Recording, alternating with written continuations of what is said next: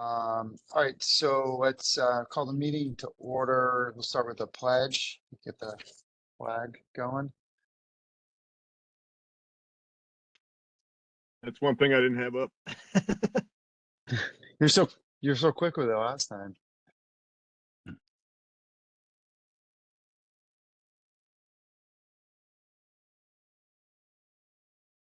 There we go. All right.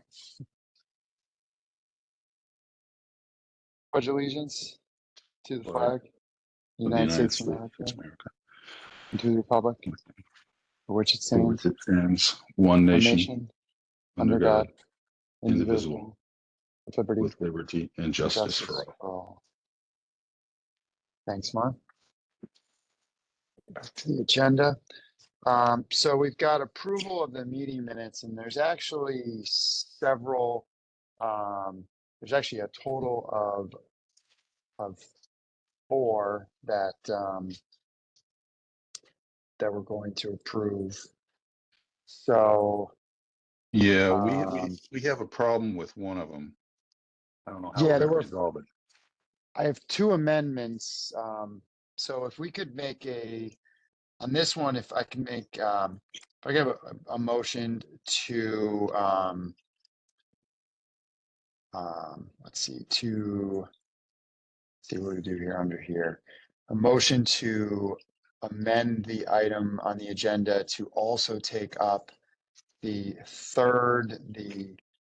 27th of October, the 3rd of November, and the 20th of November. So I have a moved. motion for that. All in favor? All right. Aye. Any discussion? No. No. All in favor? Aye. And Aye. got aye. Motion carried. No, well, nobody to abstain or object. So 2-0. So let's start with the 27th. All right. How are we going to do this? I was absent for that meeting, so So I would have to abstain. yeah, so you can abstain and I can vote in favor, and then it carries. Oh, okay. All right. I Because you've didn't know got if that one. was- Abstentions don't count against, so it wouldn't cause it as a tie. Okay. So we can move it forward as long as you abstain. So I have 2 amendments to make on the 3rd and the 20th, but we can do those next. So if you're comfortable with voting on the 27th, let's take them all one by one. So I'd ask for a motion to approve the 10/27 minutes. I'll second.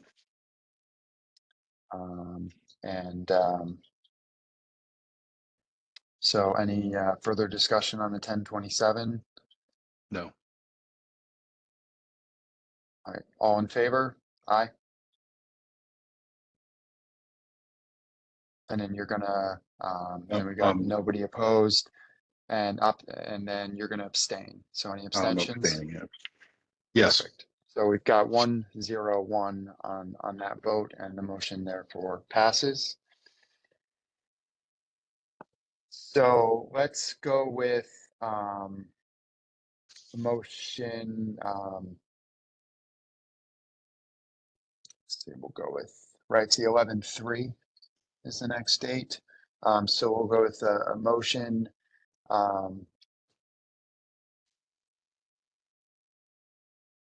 To approve the 11/3/23 minutes. I'll second. And so discussion on this item, and I'd like to make an amendment. And we have the wording up on the screen. So there was some wording there. I think there was just a little bit of confusion between the BOF and BOS and also sort of the first selectman's office versus the whole board speaking. So the current wording. I'd like to actually make an amendment. So I'm going to make a motion to make an amendment to adjust the paragraph that's says Mr. Becker stated the BOF wants to take item in the next term, and they will hopefully get on the December or January agenda. The BOF's feedback he received suggested breaking out Fairfield Woods, not to rush the projects, and that there are other projects before them. Spend the money on BOS and BOF meeting dates were reviewed. Mr. Lee indicated the state representative said there should be no issue with the grant. So my amendment for that portion. So I make a motion to make that amendment to amend that section to read, Mr. Becker stated that per the first select woman's office, the BOS wants to take the item in the next term and they will hopefully get on the December or January agenda. The BOS's feedback he received suggested considering breaking out Fairfield Woods, not to rush the projects, and that there are other projects before them to spend money on. BOS and BOF meeting dates were reviewed. Mr. Lee indicated the state representative said there should be no issue with the grant. So that just adjusts sort of the wording of the board that was being discussing on this and the office being involved. I'll second the amendment. So any discussion on the amendment? No. All in favor? Aye. And nobody else to oppose or abstain. The motion carries on the amendment. So we're back to the original approval of the 11/3/23 minutes. Do we have any further discussion on that item? No. None. Okay. So we'll call for a vote. All in favor of approval of the 11/3/23 minutes? With the amendment. Aye. With the amendment, yes. Aye. And we've got 2 ayes and nobody else to abstain or to oppose. The motion carries. So we're moving to the 11/20/23. So if I could have a motion for the approval of make a motion for the approval of the 11/20/23 minutes. If I could have a second to get that item on. It's actually 11:20. 11, yeah, excuse me. Oh yeah, 11/20/23. I think I'm rattling that off very quickly. Yeah. I'll Okay. second. Second from Ralph. All right, so I am going to make an amendment on that if fine with me doing that right off the bat, Rod. Yes. That's fine. So my amendment on that is it's pretty minor. There's a section that has Jason Lee motion to appoint David Becker as temporary chairman until a replacement is appointed to hold another vote. It continues on discussing how the vote went. The only thing that I'd like to strike the word temporary in that. That was part of the way it originally, I think as he was saying it and as it became an actual motion, it shifted to not have the word temporary in it. We can certainly at any time determine to change our chair and any other roles, but we voted on it without the word temporary and then said we'd take it up with the committee later. So that's sort of my discussion on it, but it's really just striking that word to be more accurate. I'll second that. Any discussion? Okay, No. perfect. So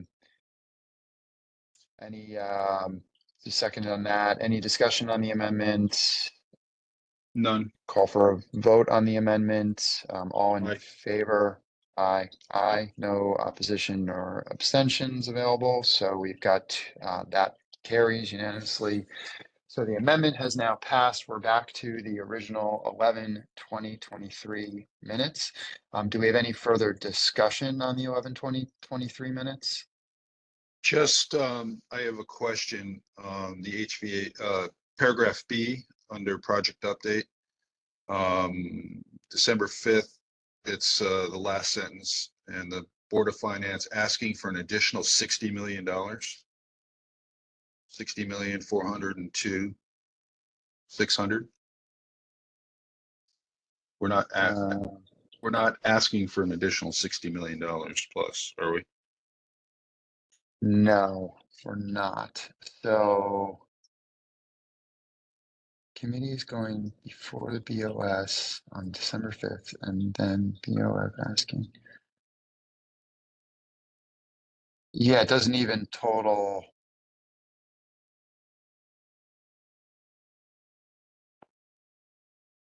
I would, yeah, so, yeah, that's a good catch. Perhaps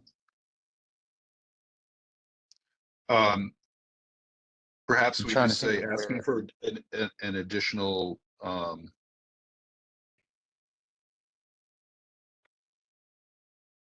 Could strike an additional 60 million and just say Yeah. asking for additional funds.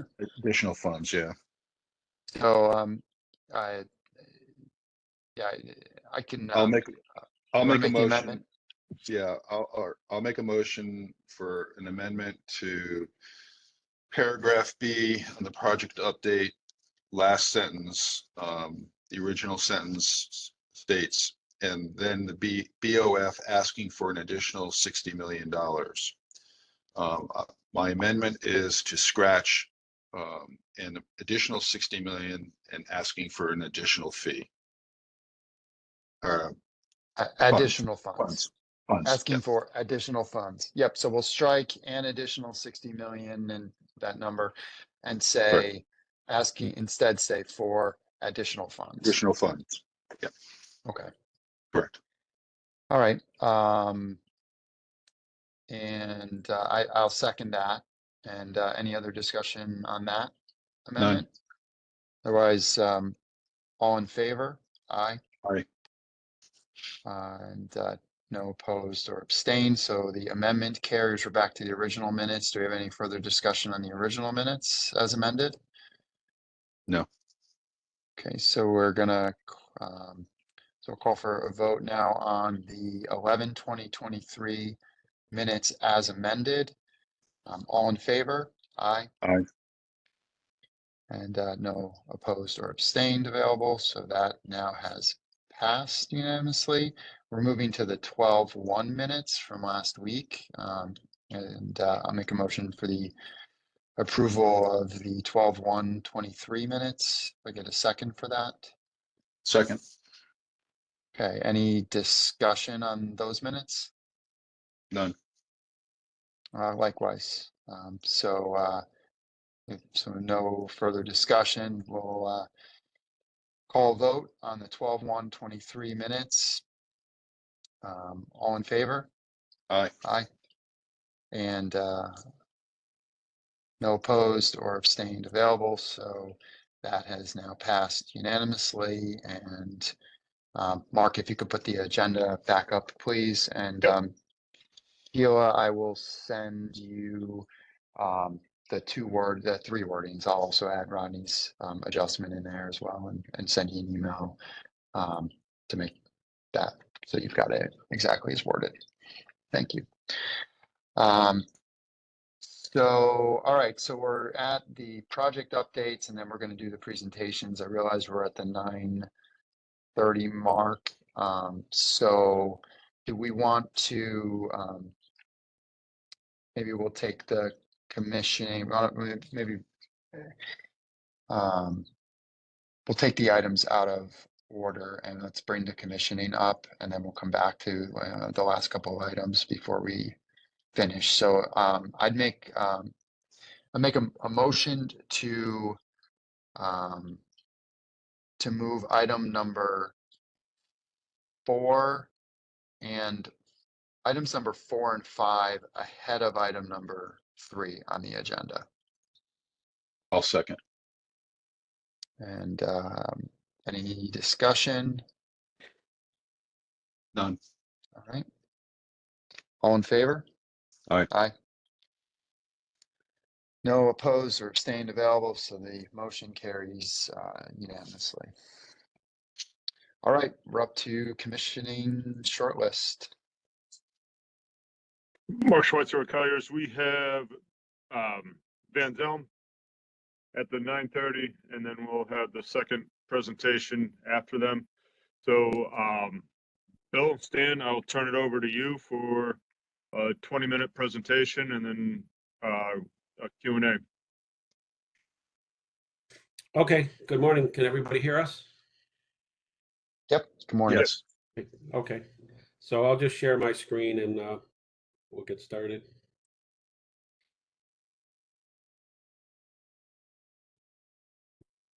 Screen 2.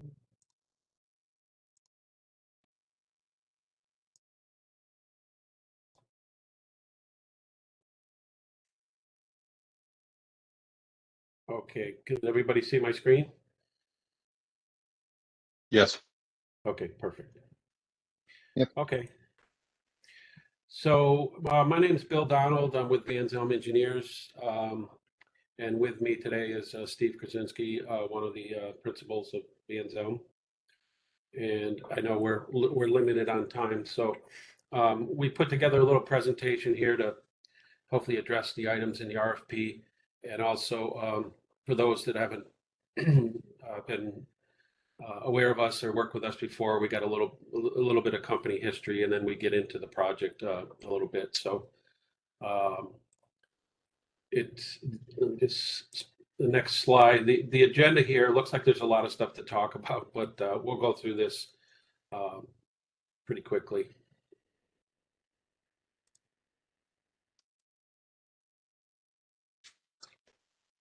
So Steve, I'll let you talk about this. I'm Steve Krasinski.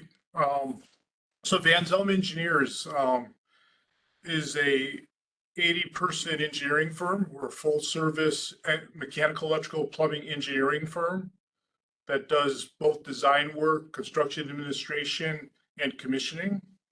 We're located in Farmington, Connecticut, with small offices in North Carolina and Longmeadow, Mass. Majority of our staff are all from Connecticut, and they're from all over Connecticut. In fact, we got a few folks that live right in Fairfield, I think, as some of you are aware of. As I said, our services are full service, everything from concept design, decarbonization studies, master planning, full design, commissioning, and even following commissioning, basically working with owners to make sure their buildings have a good life cycle during the life of the building. The team for this particular project includes myself, Bill Donald, that you've met, Bob Mara and Joe McCarthy. Those would be the individuals that would be dedicated to your buildings.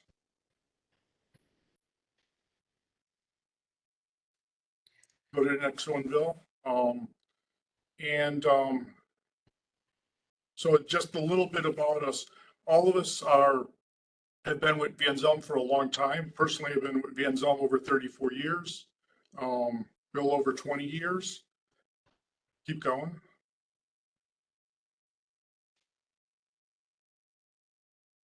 And as you see from the next two resumes, Bob and Joe are also very experienced commissioning individuals.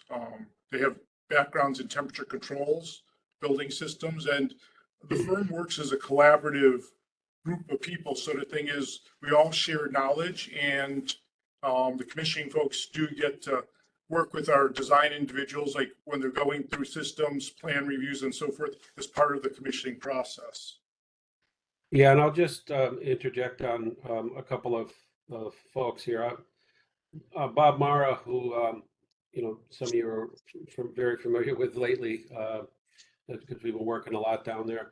Bob used to be the owner of Automated Logic in Connecticut. So your buildings have various control systems, but several of them are Automated Logic. So we've got a guy that actually spent a better part of his career as an owner of the company. So in terms of knowing the system, he's definitely valuable.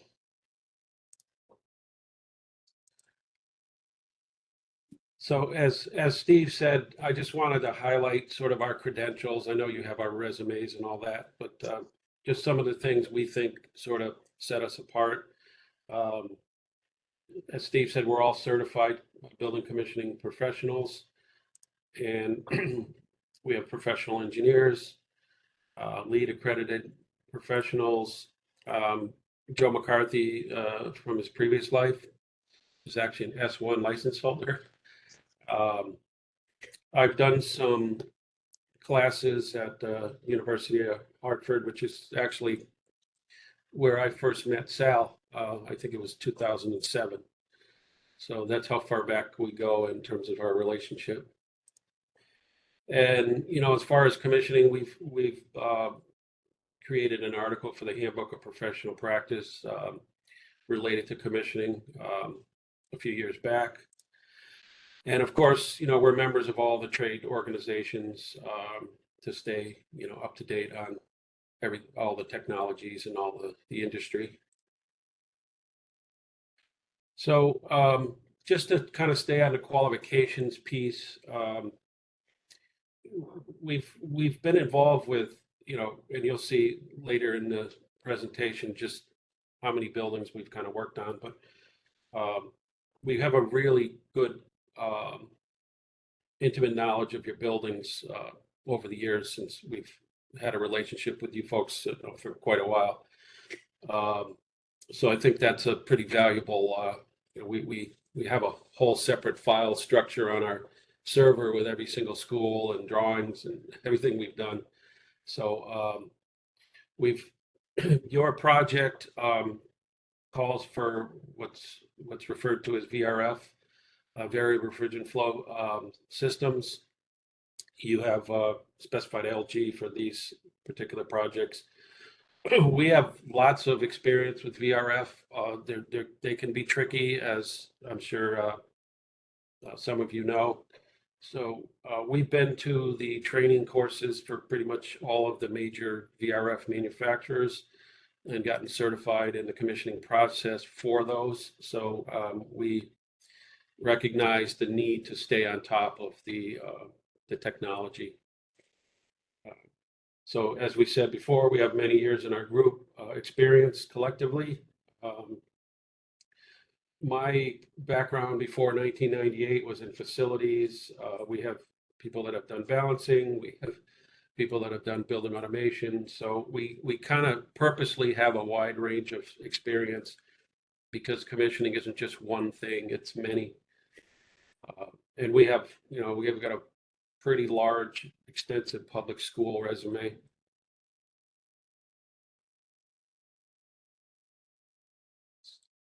As far as the related experience, you know, I've listed, you know, some of the Fairfield projects we've worked on for you. One of the more notable ones is the IAQ, the RCX tab, which is basically going to all 17 schools to do assessments. And in doing so, that's really helped us gain a very good knowledge of every system in your building, because we basically went to every single system in every single building and documented its condition, its performance, and so on. And some of these other projects you see were just basically straight commissioning jobs, you know, Riverfield, Fairfield Woods, Timothy Dwight, we did a building automation upgrade for you, and so on. So, you know, just another way to sort of demonstrate our knowledge base. And sometimes that's good and sometimes it's bad, but we do know what's going on in your schools. So some of the other things that we do, which sort of demonstrates, you know, our range, I think, is existing building commissioning, which is, you know, we've done for you folks. We've been involved with preventive maintenance program creation. This is something we did. One of the first things we did for you way back in 2008. And we've helped to keep that PM program updated over the years, so you can go out to bid and hire a PM contractor. So again, it's helpful to know your buildings, to put things like that together.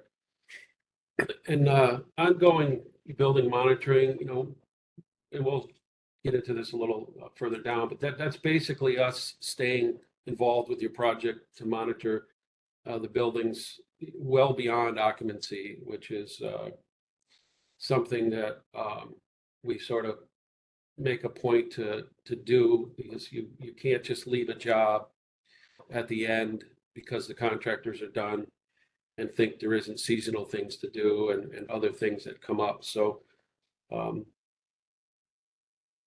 that's something we do as a regular service. And you know, as I spoke to, we value the long-term relationships with with our clients. So we don't just get in and get out. We become a a long-term partner, which I think your facilities folks will attest to. So the project phases, we just want to acknowledge that we're aware of the way this project is initially set up to be handled. We've done a pretty thorough review during this process of putting together a proposal of the phase 1 schools, Osborne, North Stratfield, and Fairfield Woods. And then, we know there's other phases beyond that, which we're prepared to deal with. And as far as this is concerned, I think you'll see in our proposal for the fee, because we've only got the 95% drawings for phase 1 and really just the schematic study for the rest, we've tried to come up with a placeholder for a fee until we get further detail. So I think that was something that was answered in the addendum for this project, that we could do that. The price could go, it could go down based on the design. So we just were asked to put a placeholder for our fee. So we're very familiar with the phasing and what's in the job. I wanted to just take a second here for phase 1. Do you have a target date to issue the phase 1 drawings? We're looking, Bill Marchwitz with Colliers, we're looking to go out to bid in mid-January. Mid-January, okay. Correct. So regardless of who gets the award, there'll be time for putting in commissioning specs and design reviews and all that good stuff. Correct. Excellent, okay. I did see there was some mention of commissioning in Division 23, but usually there's Division 1 and other sections that we would provide. So that's great. Plus the design reviews, of course. So some of our goals,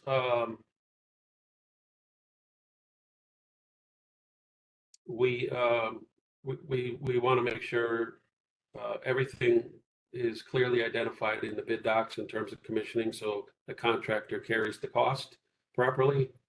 There was a mention of developing an OPR in the RFP, which we're very familiar with doing that, and we certainly could do that for, which would, really apply for future phases since you're going out to bid in shortly. We've got a pretty good, I think we've got a pretty good track record of working closely with the design teams. We do not try to barge in and become the design engineer. We recognize what our role is, but it would be with our knowledge, not just knowledge collectively over the years, but with our knowledge of the Fairfield needs and past, lessons learned. That's a huge time that we like to make sure we do a thorough design review, and it lessens the change orders and things like that. So we pay a lot of attention before the job goes out. And we'll mention this a couple times, we're not sort of bookkeeper type. We spend time, in the field.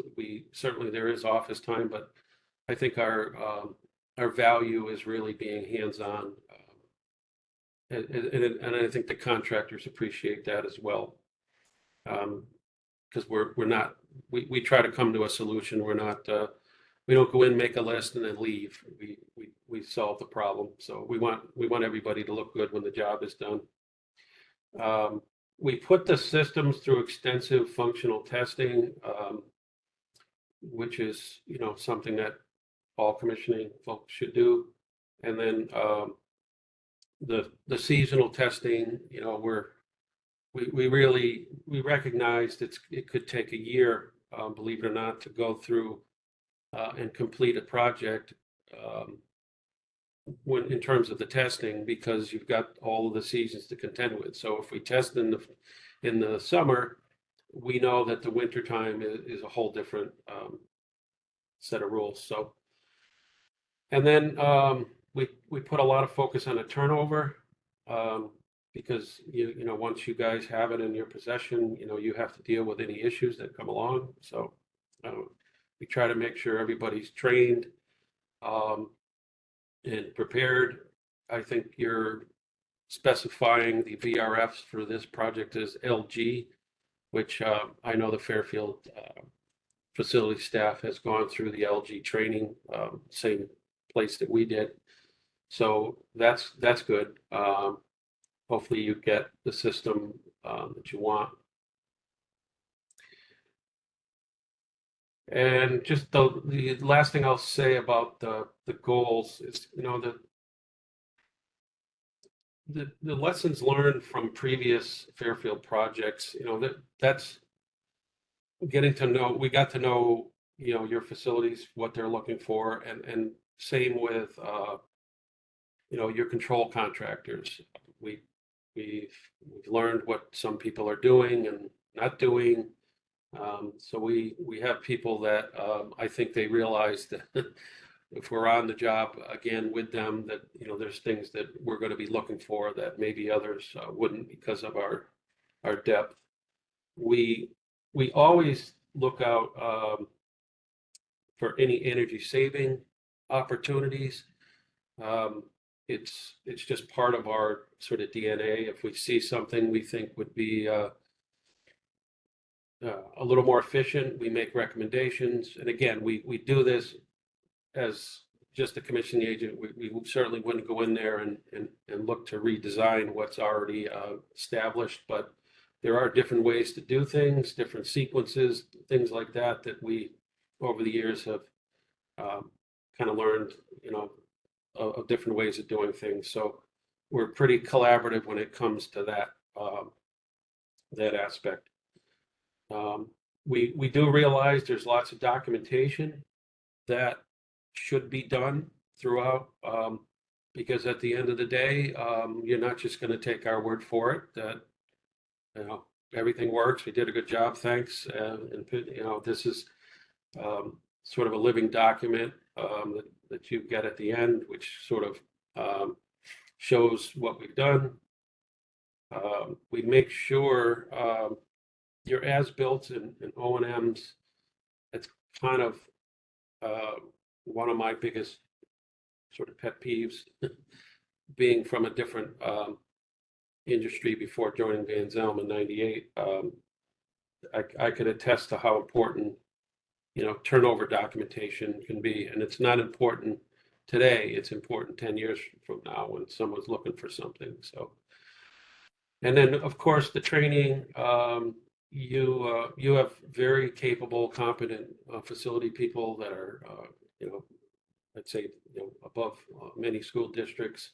But there are still new technologies. There seems to be a new technology every month these days. So there's, when that's the case, we make sure that your facility folks are prepared.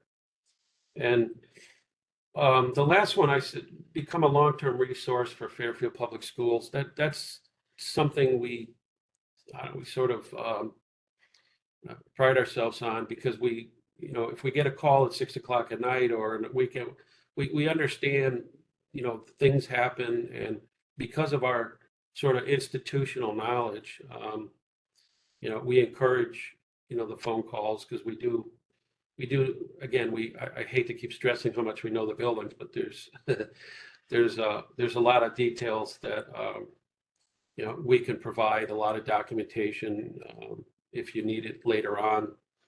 And even monitoring your buildings, you know, we're still to this day, you know, we have access to your control system, and we continue to look at the buildings. And if somebody calls and says, hey, could you take a look at something? You know, it isn't like us to say, wow, that job has been done for 6 months. Because we know we've got a good client. So, let's see. I'm just trying to fly through. I know we're limited on time. So, I mean, why would you pick Van Zelm? I think we have a lot of technical expertise, both in our group as well as outside of our group, within our company. We have lots of public school commissioning, like we've included many of them in our RFP submission. So I won't go through them all.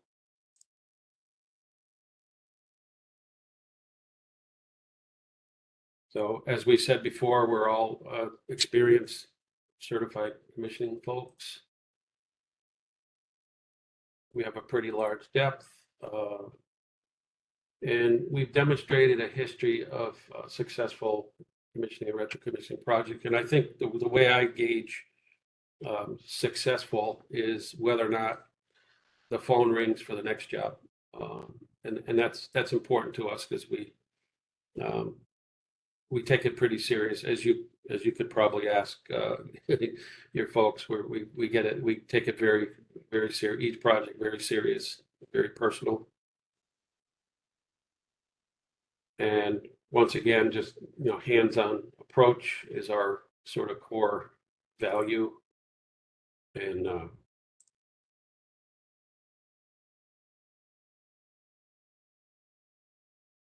so we listen to the customer's needs, and we take charge. When it comes to commissioning, sometimes you have to be a little bit. You have to sort of take charge.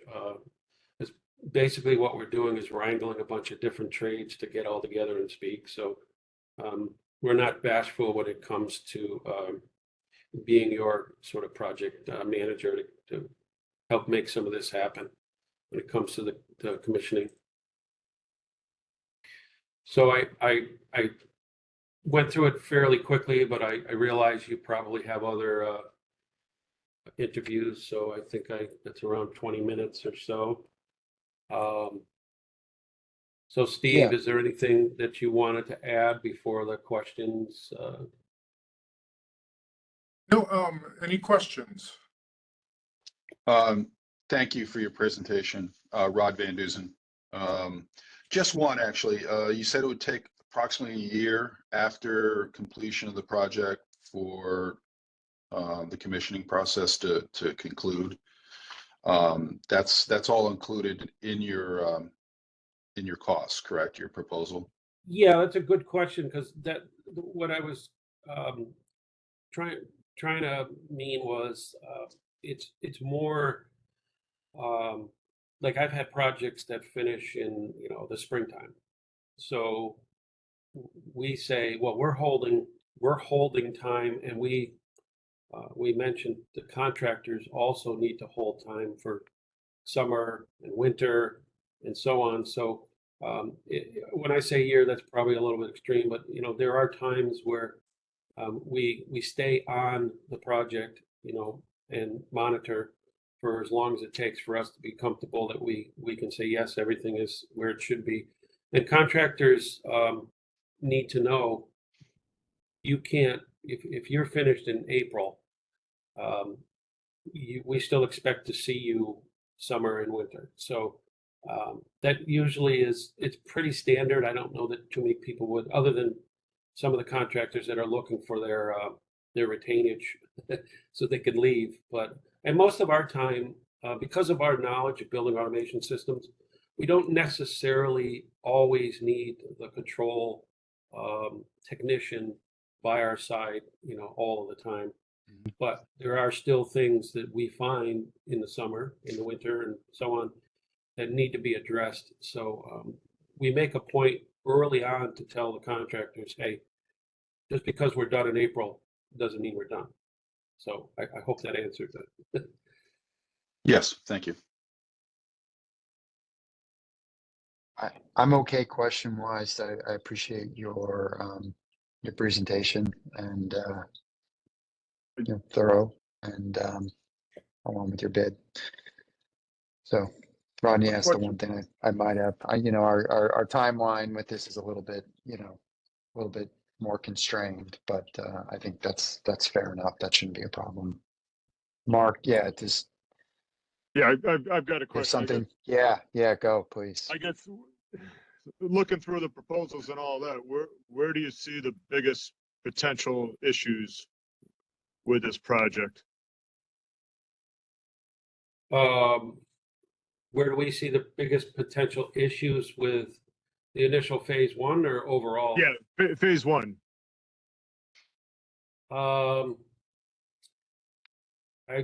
Has anyone looked into equipment delivery times? Yes. That's you have. Yeah, Okay, good. Sorry. We're kind of playing the wind on that one because Yeah. we know that we're upgrading the electrical service, so that's going to be a year out is what we're hearing. Yep. The mechanical equipment we know is going to be 12 to 16 weeks, I think, at one point. So, we're running up into it that we might not have the mechanical equipment here for next summer. So it might lead into where we're putting all the equipment in the second summer. So my initial, I guess, answer to your question besides delivery time is I would personally make sure whomever contractor gets awarded this or previous to the award that you vet their VRF experience. We've got several projects that didn't go quite well because the contractor claimed that they had training on VRF and really didn't, and it caused a lot of problems. So that would be one of my recommendations, is to make sure you get certifications from the contractors that they've been trained. These things, as you know, from other projects, can get a little bit tricky, which is why we felt the need years ago to go through all the training to stay up to date, because we saw projects that kind of went south because of the lack of training. It's a very unique mechanical system that things have to be done very specifically, even the way fittings are installed and so on. So that's because, and basically you've got a lot of VRF systems throughout. You've got the train rooftops that you've proposed. You've got the price VAV boxes, pretty standard stuff. But the LG VRFs are not necessarily. It's a pretty common technology. I don't want to scare anybody to think it's like but because schools are doing this, so it's reached that price point where it's you can do this in schools, but I would just make sure the contractor is fully certified to work on these systems. On the install side or on the sequencing side? On the install, the install is the most. We are there actually. We put a lot of time into the startup, which normally we attend certain startups, but VRF startups, we're there all the time, because the install, the the purging and all of the stuff that goes along with that install. Once it's in and buried, it's over. So we put a lot of time into making sure that before walls get closed up or ceilings or what have you, that we're there with the startup technicians to document what they're doing, because we've ended up in projects having to take walls down, and it's not been good. You've had some pretty good you've had some good contractors over the years at different schools, like Riverfield and so on. So I'm not too concerned, but just something that I would make sure when you're interviewing for the contractor. Okay. open it up to any other questions? We're good. Yeah, Okay. good on our end. Thank you. Nobody else. All right. Thank you, Bill. Thank you, Yeah, Steve. we just want to Appreciate say you thank joining you this again for morning. the opportunity to work with you guys again. If there's anything we need to answer further, feel free, reach out. Perfect. Great, thank you. Thank you Thanks. very much. Thank you.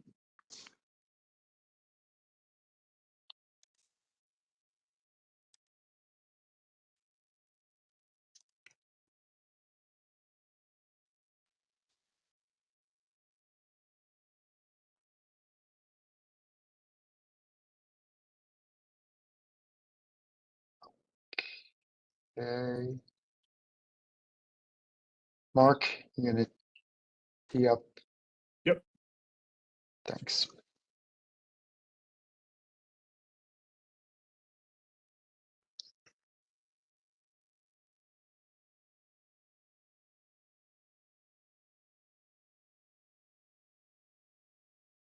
Lee, when is SCS coming in?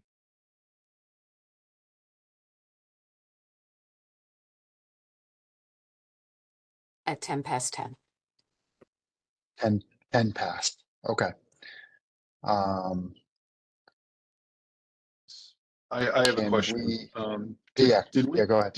did we ever get the proposals, the cost proposals for these guys? For either farm? I have them, and I will forward them to you after today's interviews.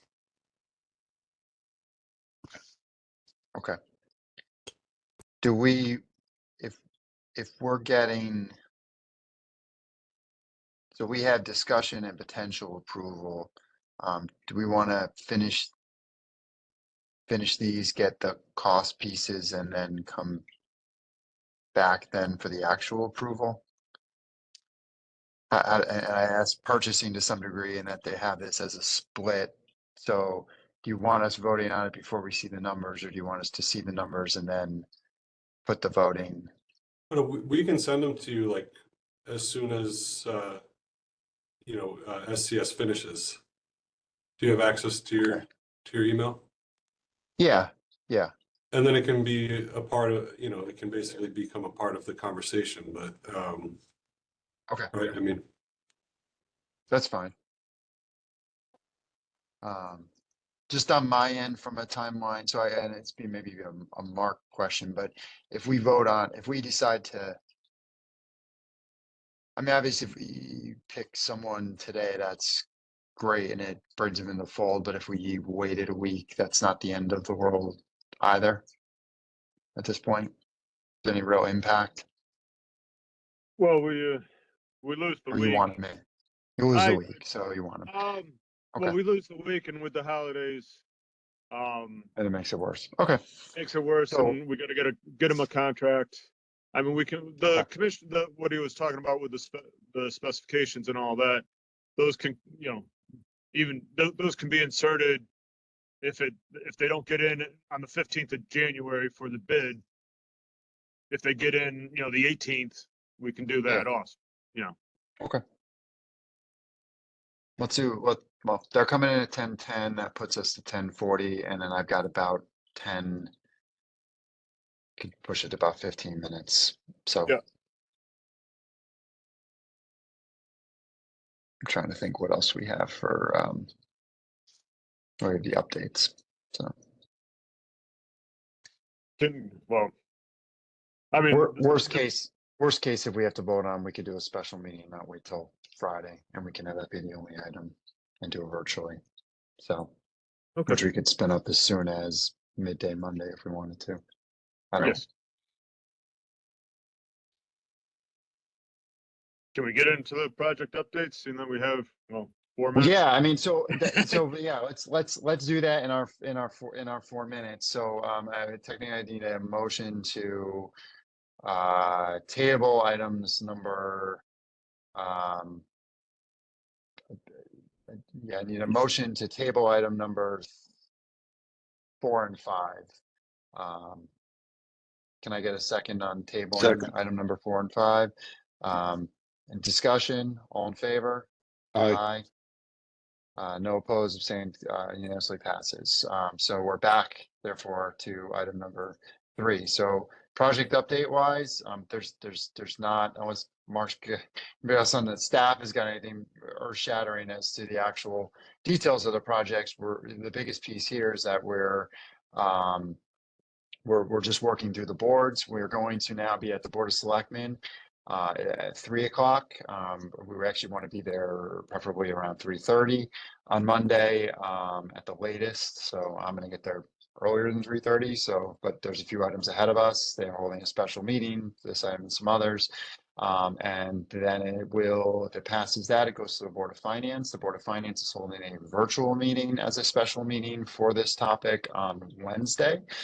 And then it will go to the RTM. The RTM, we're going to have to prepare to present and be hopefully voted on that same night. So we're going to be encouraging them to watch all of these other meetings, and certainly anybody can reach out if they've got questions, and we'll get them as much information as we can in the interim. So it's a bit of a marathon that got even tighter, but I think somewhat for the better. There was there was some discussion this past week with some central office staff. I myself and First Selectman and his key staff related to this project, but also it really dove into a lot of bonding more broadly than this. But this obviously sparked it because it's a major item. I think those discussions were very productive and hopefully, paved the way for, a smooth process moving forward. But obviously it's a lot of money, and behind it are projects that are equally going to be a lot of money. So it certainly has sparked, just a concern on that end. Not specific to this, but there's some specifics to how come we got here that we're going to explain during our presentation, but it also just fits into a much larger bonding discussion that I think for anybody who watched capital planning, we had hoped that they would take that up there, and it didn't really fully get worked out at that point, how they're going to absorb the 15, now 16 million. But I think we're on a decent path. So I appreciate. I've had a lot of, as chair on this, I've had a lot of discussions with, particularly, central office, Colliers. Everyone's been very helpful. Adam as well has had some, and I think we'll have some more related to that. I think Adam and Mark and maybe Chuck at the same time, but certainly Mark's going to work with Adam on some updates to the timeline schedule, just to bring that up to where we want it to be for BOS between now and then. So I think that'll be good. So, but we're trying to move the pieces and get us to approval. So, I don't know if anybody's got questions beyond that. But Thank you, David. yeah, absolutely. And thank you, everyone. We do have So any Dave other over here. Yeah, so let's I think that takes care of item number 3 if everybody's okay with that. And we'll move to for A and B at this point. Don't have anything else on item A there. Do you need us for So- any items? Sorry, just. No, not on 3. So let's make a motion to bring back, we had tabled item number 4 and 5. I'll make a motion to move item number 4 and 5 back onto the agenda to continue on. Have a second I'll second. for that. Second. And thank you. And any discussion? All in favor? Aye. Aye. All right, so we've got both in favor, and there's no else to oppose or abstain. The motion is unanimously carried. So we're back to item number 4, and we're going to sustainable. So Hello, guys. Can you hear us? Yep. All right, Welcome. thanks. Sorry about that. We had a little issue getting into the browser there. Anyway, we're going No to worries. share the screen. Give us 1 sec.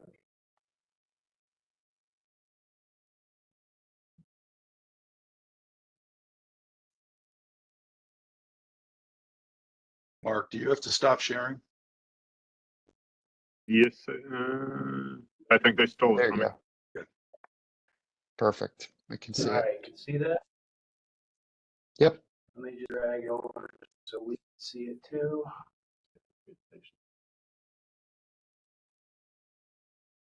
It needs to be in presentation mode. They're saying on the side select. Yeah. Okay.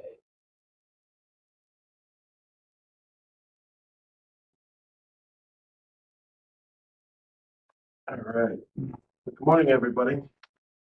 And thanks for having us. I'm Walker Greeno with Sustainable Engineering Solutions. I'm a principal here, and I will also be acting as a PM if selected for one of the projects. And this is Joe Tuxbury. He's also with SES and a project manager. So first off, we understand that the town has formed an IAQ, an indoor air quality committee, to steer all of these, the 3 and then the other 6 projects after. Is that who we're speaking with today, or is everybody from the committee on? Yep. That's myself, David Becker, and we've got Rod producing here as well. So right now there's technically only 2 members of a 3-member committee. We had a recent resignation, so you've got both of us. All right, great. So first off, I'd like to introduce a company. Sustainable Engineering Solutions is dedicated exactly to its namesake. Was formed 15 years ago by myself and our partner Ernie Moss. And we founded it based on the need for practical engineering experience. And building commissioning is our core service. We're not an ancillary department of a large design firm. This is what we do day in, day out, is commissioning, retro commissioning, and energy services. We've got extensive high performance building experience, as you've seen from our proposal, as well as we'll touch on some of that experience today. That experience is connected HPB, the high performance building experience, as well as LEED. And our purpose is advocating for clients to achieve healthy and efficient buildings. So with that said, I'd like to turn it over to Joe to discuss the understanding and our project approach. Good morning, everybody. Thank you, Walker. As he said, I'm Joe Tuxbury. I'm a project manager with Sustainable Engineering Solutions. I appreciate the opportunity to speak with you today. Before we jump into commissioning content, just want to talk about our understanding of the town of Fairfield's needs as they relate to commissioning. So currently we have 3 schools, Fairfield Woods, North Stratfield, and Osborne Hill, which are ready to undergo major mechanical upgrades. Each of these that I named will be commissioned in pursuing Connecticut high performance building standards. As Walker mentioned, and I'll go into further detail, we are well versed in these. There is also a potential of 6 more schools in the pipeline. As far as we're aware, the 3 schools that I named will be undergoing occupied renovations. We have extensive experience dealing with this and understand the challenges and how to navigate those. Things such as secure access, phased project schedules, and working with the team on those, as well as partial mechanical completion and phased equipment startups through the life of the project. And the last thing I wanted to talk about was we noticed that the commissioning agent is going to be responsible for carrying the tab contractor, and we love to see that. In our eyes, that eliminates a potential conflict of interest between the testing and balancing contractor and the mechanical contractor who oftentimes hires them. and instead puts the services of the balancer underneath of the commissioning agent, who is an impartial third party to the project. We mainly bring that up because it's not done on most projects. And we see a lot of value in that, in having it, the test and balance services through the commissioning agent, as Joe said. So we're happy to see that. So as these projects are all pursuing the Connecticut High Performance Building Standards, there's going to be no difference in the deliverables as it relates to the commissioning efforts. But what I would like to highlight is the differentiating factors of the SCS approach to the commissioning process. Now, all of these in the list you can see in front of you, they're geared towards creating a hands-on and collaborative approach to the commissioning process, which you don't often get. First, the MACA method of testing. This is in regards to our functional testing procedures. So when we get word from the contractors that mechanical equipment is becoming ready to be formally functionally tested, we'll mobilize, come to site, work with the contractors to test that equipment. And any deficiencies or issues that we note during that effort will be turned over to the contractors for correction in subsequent pieces of equipment before we proceed commissioning the rest of that equipment. And what we find is that this creates a collaborative approach to that effort because the contractors understand that, yes, SCS, they're here commissioning my work, making sure I'm making good on my contractual obligations, but they're also giving me the opportunity to correct issues that may exist ahead of time. From the commissioning agent standpoint, we like it because it keeps a potential deficiency list shorter, facilitating a smoother transition from the construction phase commissioning to the post-occupancy phase. The next bullet there, facility staff involvement in that functional testing effort. We love to have the staff involved from the time we start coordinating with the contractors to set up that functional testing effort. We'll be looking to include those operators on emails, get them into meetings, and get their feedback on a proposed schedule so that if they would like to attend the functional testing efforts, they can. The thought behind that being that because we're diving so deep into the sequence of operations of these pieces of equipment and working with the responsible contractors, there's a massive learning opportunity for the building operators to sit in, ask those questions, and see what's going on a very deep level with this equipment. We think it would be definitely, since the vintage of these buildings are, obviously you're doing HVAC upgrades for a reason, probably mainly for IAQ, secondly, efficiency and comfort. So to have your existing facilities staff, operating equipment that is probably 20, 30 years old, there's a big learning curve to getting this brand new, all digital equipment. So with that said, if they are there for the first piece of equipment, it is invaluable to the staff. So we really encourage that. Moving to optimization strategies. As commissioning agents, we work with high performance sequence of operations every day. And because we will be going through the functional testing where we'll be in the weeds, looking at every line of a sequence of operation, verifying that routine, we'll have the opportunity to see the potential to make small tweaks to the programming with the approval of the engineer that can eke out additional efficiency gains from the piece of equipment. And because we're commissioning it and working with the contractors, that's at no additional cost to the project. Project status reports. So all PMs, project managers at Sustainable Engineering Solutions, as a standard, we send monthly project status report updates to our client contact. We understand that when a building is being built or renovated, commissioning is not always on the forefront of the client's mind.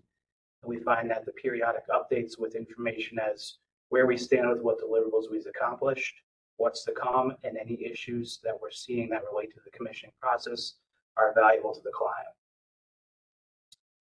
And the last bullet there, our commissioning portal. So what we're bringing to the table and we use on all of our commissioning projects is a proprietary commissioning software that was built in-house. This is used to track the results of the functional testing process. It's a highly transparent and easy to use software that all of the contractors who are party to the commissioning process will have access to. Can you still see my screen? Yeah. Okay. Sorry, I had a little. It says that we've got the hands-on collaborative approach one right now. So, So yes, our commissioning portal, we'll bring it to the table. It's built into our, the way we approach these projects. Any member of the committee or from the town can have access to view the process, but essentially it creates a permanent record of the dispositions of the commissioning effort as it relates to functional testing.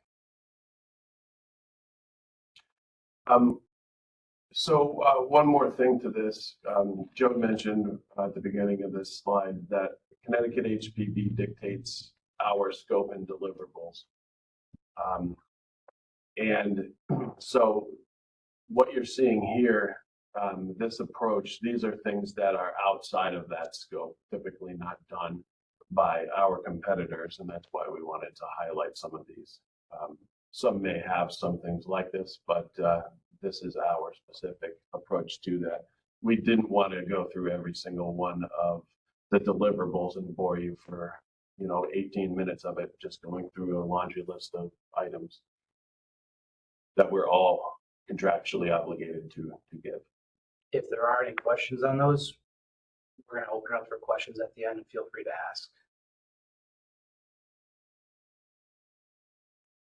So, talking about a sample of our Connecticut High Performance Building School experience.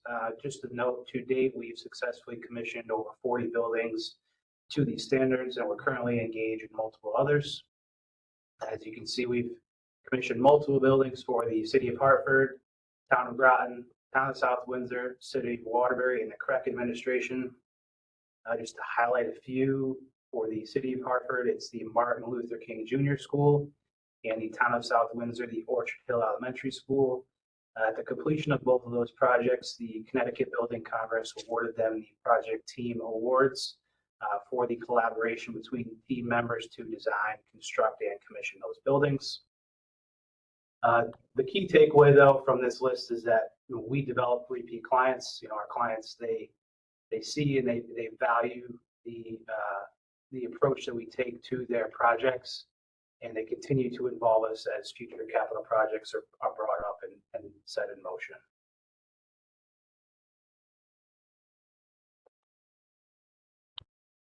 Okay, so why choose SES? Well, like I said earlier, the commissioning is our core service. This is what we do every day. We're not bringing people in from other departments. We do everything 100% in-house. And one of the main takeaways and what we get feedback from clients is a relentless pursuit of deficiency correction. So the main reasons we're here is to test out all these systems and equipment prior to you guys moving in and occupying. And most projects are left with a laundry list of issues, and a lot of contracts end. And we're there to make sure to pursue all of those issues and all of the deficiencies prior to the contractors leaving the project. And that's really what we're known for. Once we're like a dog with a bone, we're not giving it up. So we're there to the very end as your advocate for the project. So with that, turn it over to any questions the members may have. Anything with our approach or anything at all? Yeah, I have, this is Rod Van Dusen, committee member. I just have one question. How long, when do you see your efforts in the commissioning process ending? Our commissioning process ends approximately about a year after construction. So one of our last deliverables, since it's Connecticut HPB, is going to be the 10-month post-occupancy review.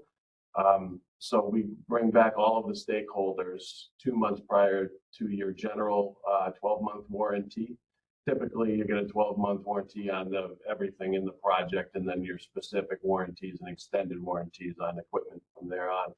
So within that first year, we want to capture any issues. So we're going to do that right to the end to occupancy, and then 10 months after, we bring everyone in, the design team, the contractors, and the stakeholders, especially whoever's been fielding any complaints or issues that have not been corrected during the 10 months of your occupancy. So we'll document all of that, come up with resolution, and include that in our final report.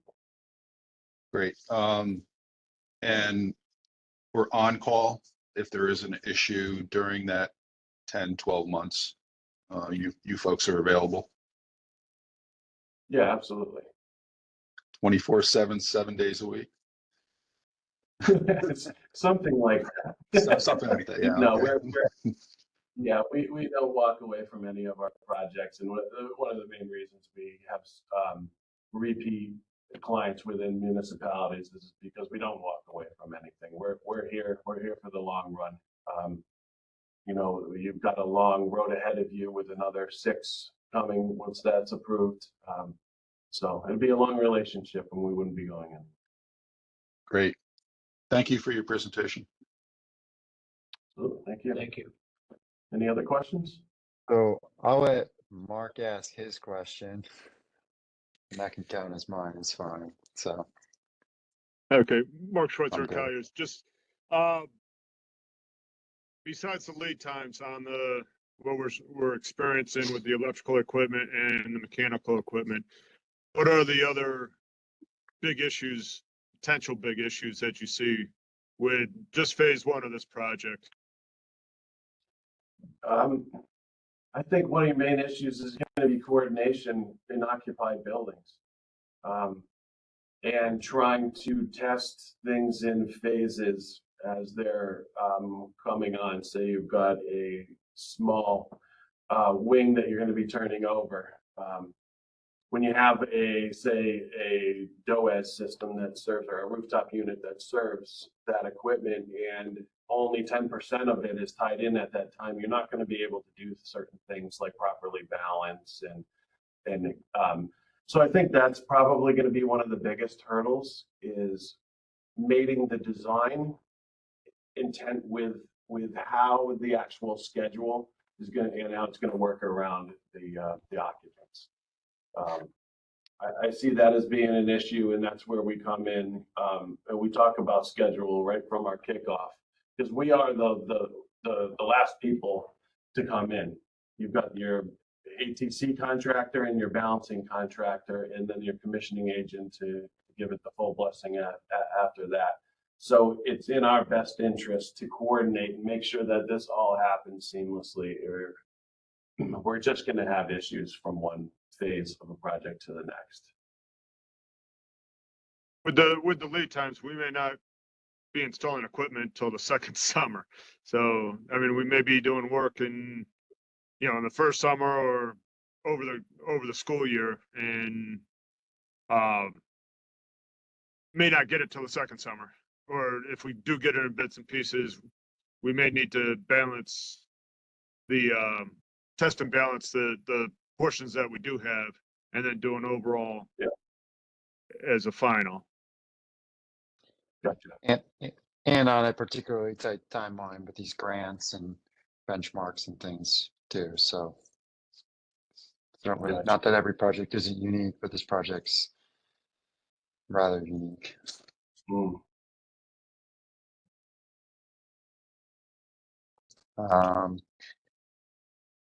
That's it. Anybody else question wise? Thank you, Mark, for asking that. All right, I think we're good on our end. Thank you for your presentation and the Q&A and your proposal overall and joining. Great, thank you very much. One question, do you know when you guys are making a decision? Possibly today, if not early next week. Okay, excellent, awesome. In the meantime, if there's any questions, please feel free to reach out. And thank you very much for your time. We appreciate it. Thank you. Great, Thank you. All right. thank you. Thank you.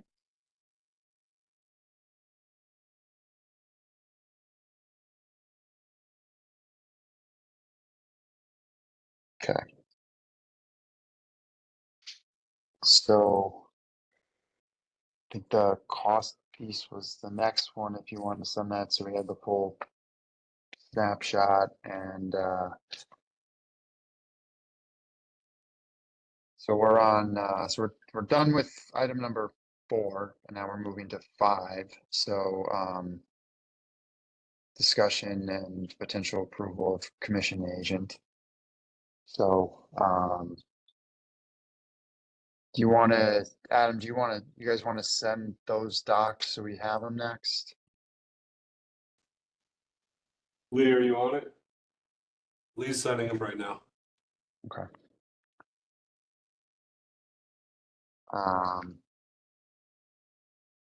Then absent of that, any discussion? I on this one to some extent, you know, just from my perspective, I lean pretty heavily on you, Rodney, and you know, is this a more technical piece? And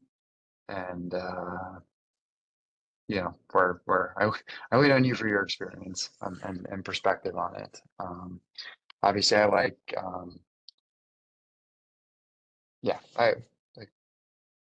Yeah, it's I lean on you. technical, but you know, both firms are qualified. SES doesn't have any experience in Fairfield whatsoever. Van Zelm has quite a bit of experience. So I think that other than cost, that may be what it comes down to. I will interject. The SCS was on Holland Hill. I don't know They if were in Holland. highlighted- Okay. Yeah, I don't know if Okay. they highlighted it as much as. Yeah, they didn't. No. I thought that there was something. I thought there Obviously. was Yeah. yeah. Okay. So yeah. But yeah, Yeah. So I think you know, in this particular project, from a higher level, not getting into the you know the technical piece, my initial is that we are under a you know we're under a timeline, we're under a microscope. We're also looking at something that we're going to do now that also is you know is going to you know go out potentially to more phases, and I think you know so I err on you know I'm inclined towards I think you know somebody who's done a lot of work in town and understands a lot of these buildings, and not that somebody else can't come in and you know you know and do that, but I think it definitely you know we've got firsthand knowledge of a lot of their track record, and that's you know I think that's helpful. But you know I did like the SES proposal and their you know and their presentation as well, and I think it's you know I scored them within a point of each other, you know, and initially, and you know to that extent, you know these are tough because you know when you're so close, you know which route do you go? I'm sort of impressed by both of them. I'm sort of inclined to say you know towards the Van Zelm. I want to you know look at the numbers and I guess make sure. I guess purchasing's already seen it. They probably just let us know if there's some drastic Yep, I agree. variable there, but I don't know if they've come into our inboxes yet, but It hasn't come through yet. I sent it. It should be there in a second.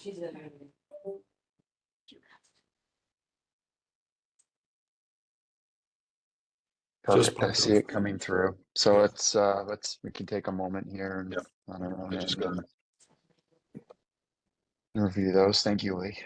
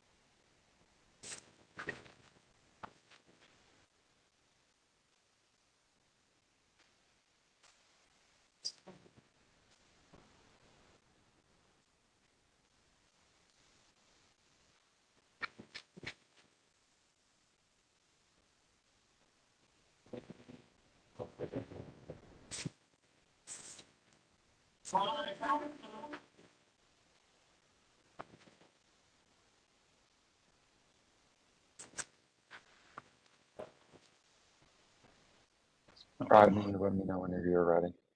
Yeah, I'm having problems with my, all right.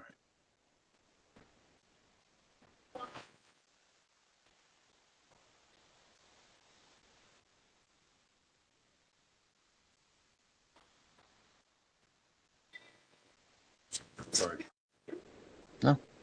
All good.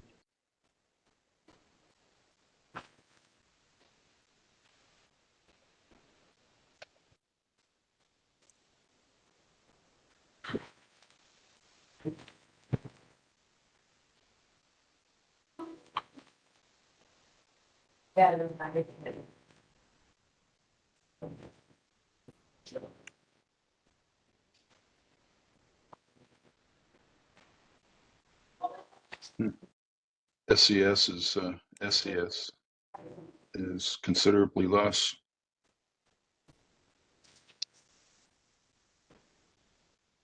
Yeah.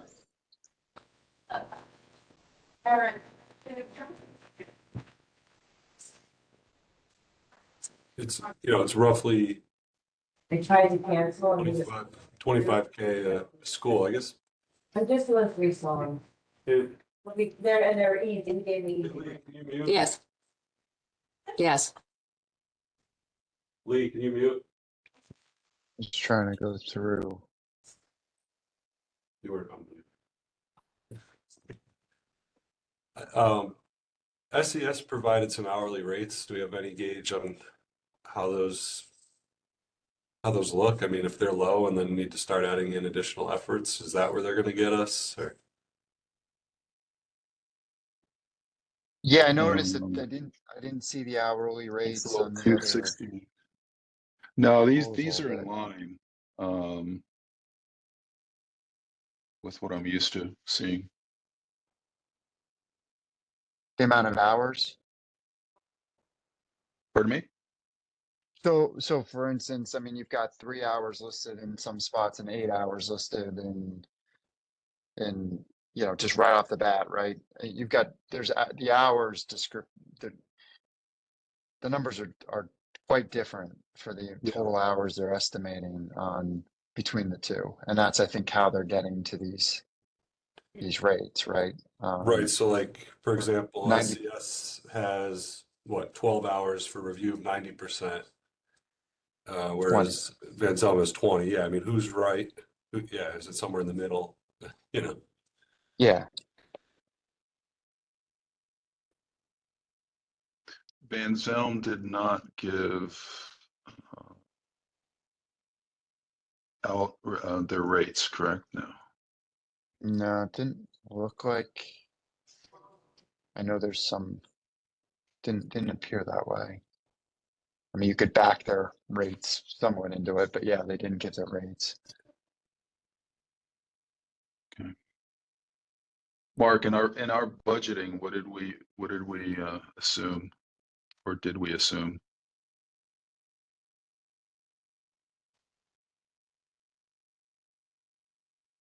Mark?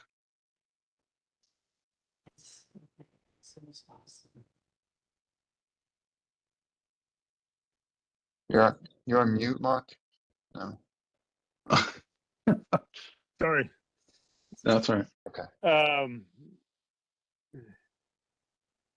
Total we had for the 3 schools, we're at 164,000.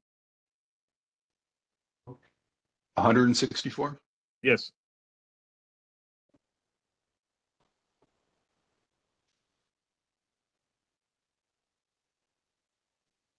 Well, we're already over by roughly $5,000, even with the lower two for the cost perspective. But the question then, their hours are just there's just so many lines that their hours estimates are.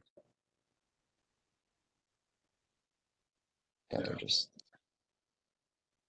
Was there? Yeah. So for.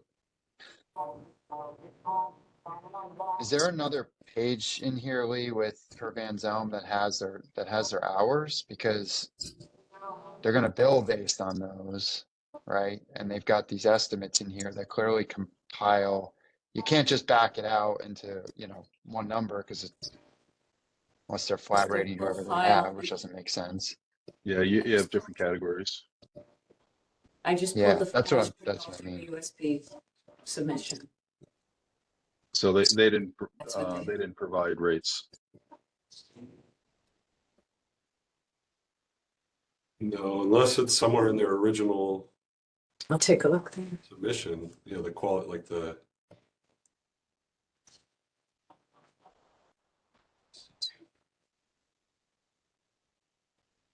Yeah, that's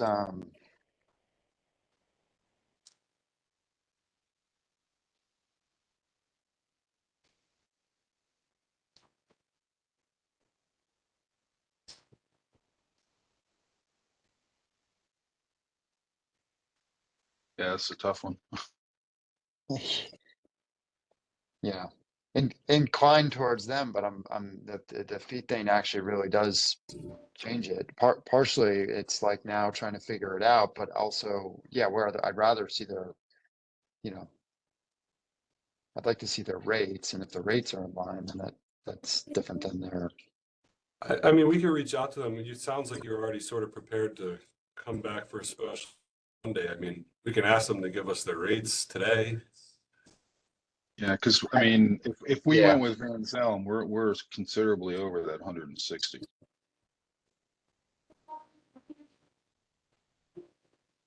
But the question becomes, is a 90% going to be 12 hours or 20 hours? Or if the rates are similar, it's going to be where we ultimately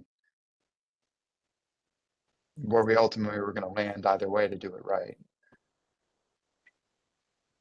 And I take that to every single item that's on there, right? Their hours are their hours to some extent. I mean, there's estimates on, Well, I mean, they have to do the work. All right. If they blow their hours, they blow their hours.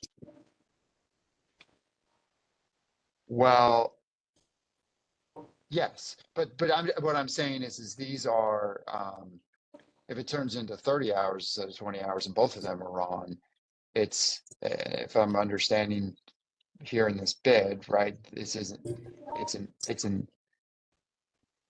I mean, at this stage, this is an estimate based upon how they bill, right? No, this is a contract. This will be a contract, right? Well, the Van Zelm one, they put an asterisk. Fee is an estimate only and will be revised when additional design information is provided. And they put that on their grand total.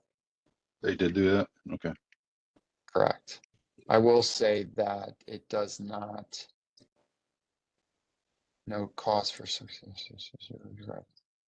no cost for subsequent. Yeah, they left some items out on the other one, but they did not put that asterisk on the.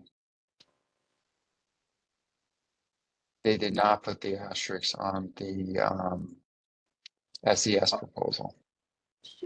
Well, that asterisk is only Right. for the schools that haven't been designed yet, which that's Oh, fine. I can Oh, see yeah, that. you're right.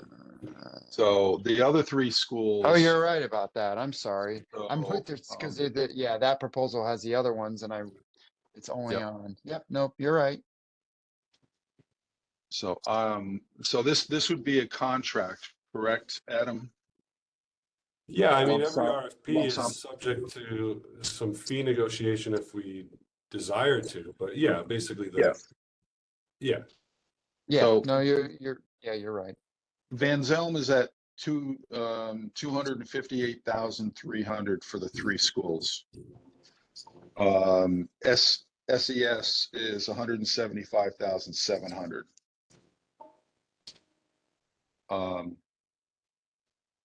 That's a considerable difference. Yeah. No, you're right. And that is. So, So is Sal still on?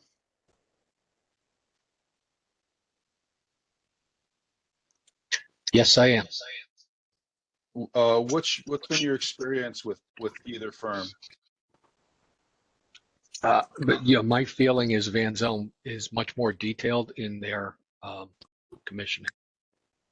They're both good firms, but it's a different level. I hate doing the comparisons, Chevy Cadillac kind of thing, but they did an outstanding job wringing out everything on the Mill Hill project. And there were things, some bells left to be rung on the Holland Hill project. So those are the last two instances that I had a similar project to what we're doing here, mechanical portion of the project, similar to what we're doing here. So that, my opinion. So it's an $82,600 difference. And Right. The what it was supposed to be was whatever the score should be what came out from your interviews, and price is only a portion of the yes, I know that. criteria. I understand that. No. Okay. But and it's how much does a difference sway you? Yeah, well, that's, I mean, we're with Van Zelm, we're $98,000 over budget. Can we make that up, Mark, somewhere? Yes. Yes. I mean, that's why we have owners contingency and construction contingency. What's the owner's contingency? Sorry. You have that number? I'd have to add them up, but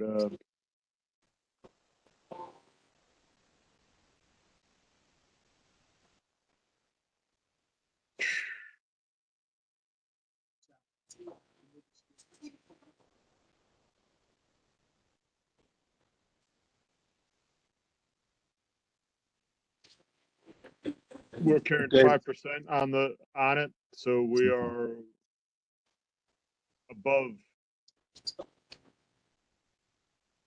Yes, we're carrying 5% on the construction, so we're above 1.5 in owner's contingency. All right.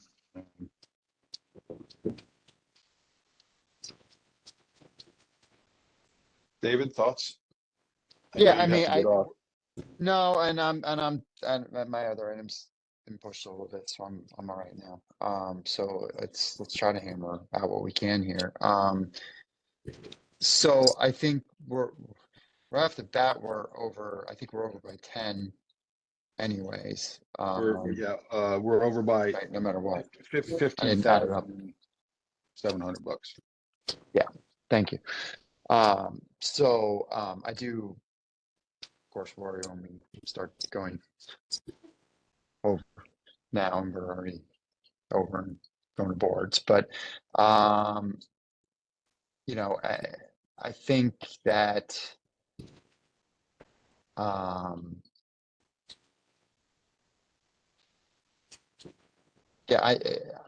don't have the on my end, I don't have the experience, so I defer. That's why I kind of defer to Rodney and thank you, same to Sal as to that. I think that's important information. I think that we have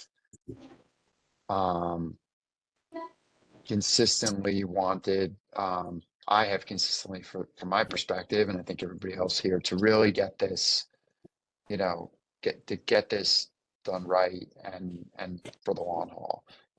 And if there's a take that it's going to cost a little bit more money, I don't like when we have to be responsible, but I don't particularly, I actually like that it's, comes to us as not just a strict dollars thing, because you don't always get, the best result that way. And, if that affords us the opportunity to pick, a firm that's done, that we know much better, and we know firsthand the caliber and the way that we want it in this situation, then I'm inclined, even with the deficit, to to vote for Van Zelm. I still, I think when going to contract, I'd want to just maybe try to tighten, that's their proposal, but and maybe Adam can answer. I think we've done this before when going to contract, try to tighten the numbers a little bit. But I really, at least, just kind of, it's particularly the hours discrepancy piece, which clearly, if they're more thorough, I get why they're doing that. So I don't want to then just, shorten it, but I'd certainly like to make sure that when we go to contract, we're really, really tight on that. So if there's any room, weigh in on that. Yeah, so I'd say, what I could take from you guys is a recommendation to award pending, final fee negotiation. And then, yeah, maybe we take a little more time over the weekend or whatever to look at some of these hours. I mean, there are some where they're pretty much the same, but then there's others where,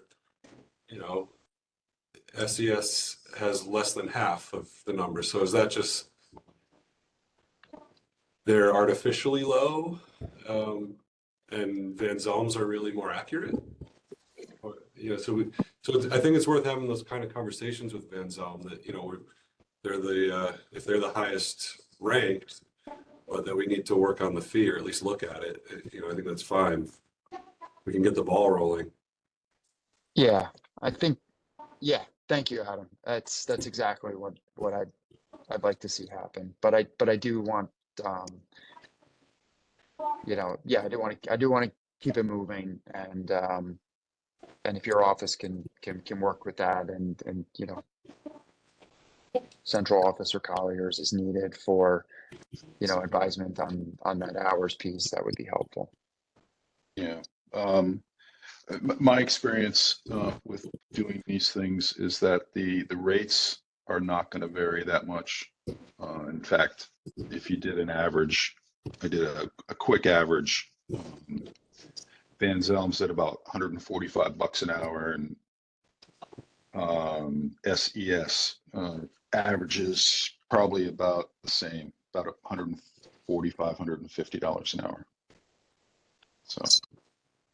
Yeah, when So you take that, you're basically talking closer to apples to apples at that level, right? It's now Right. becomes this proposal, but the proposal is us looking and going, well, wait a minute, that seems low. And to your point, if it's low and we run into a problem, it's contract or not, they put their rates in there for a reason. And yeah, I'm leaning toward Van Zelm. Even with the substantial increase, hopefully we can get that down. So I would make a motion to accept Van Zelm Engineers as our commissioning services agent, with the caveat that Adam and his group try to tighten up the fee structure. and I'll second that motion.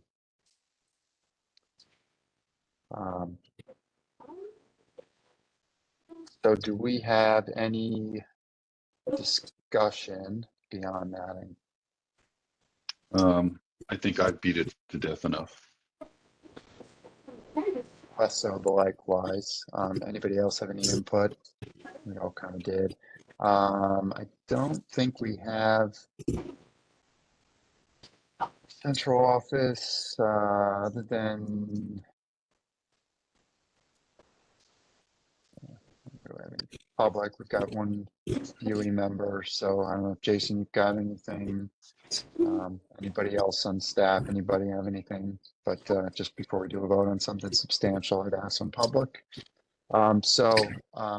All right, so hearing none on that, no further discussion. We'll call for the vote. All in favor of the motion? Aye. Aye.